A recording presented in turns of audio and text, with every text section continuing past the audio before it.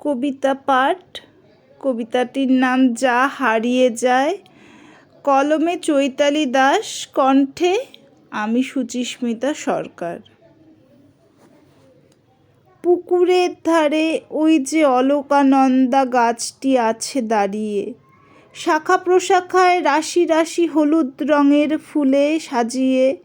তার নিচে দাঁড়িয়ে যদি খোঁজা যেত শৈশব, এক পাশে ঠেলে দিয়ে প্রাচুর্য, বৃত্ত আর বৈভব, তবে কেমন হতো!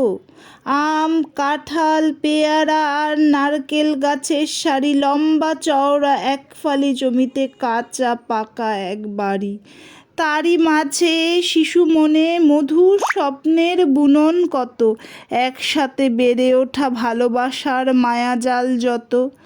যদি ফিরে পাওয়া যেত ইমারত আর অট্টালিকায় ভরে ওঠা সেই জমি, শূন্যতার অনাস্থার ব্যবধানে সাহচর্য গেছে কমি। কত কথা, কত স্মৃতি, কত মজা, কত ঋতুর কত গান, সুরের মূর্ছনায় ভরে থাকা সেই দিনগুলো আজ ম্রিয়মাণ। যদি ধরা দিত টুকরো টুকরো কত মান অভিমান আর খুনসুটি, ক্রমান্বয়ে দূরে সরে গেছে ধীর পায়ে গুটি গুটি। যদি আবার হাতের ওপরে ভরসার হাত রাখা যেত, সম্পর্কের টানাপোড়েনের সব জট খুলে যেত, তবে বেশ হতো। নমস্কার।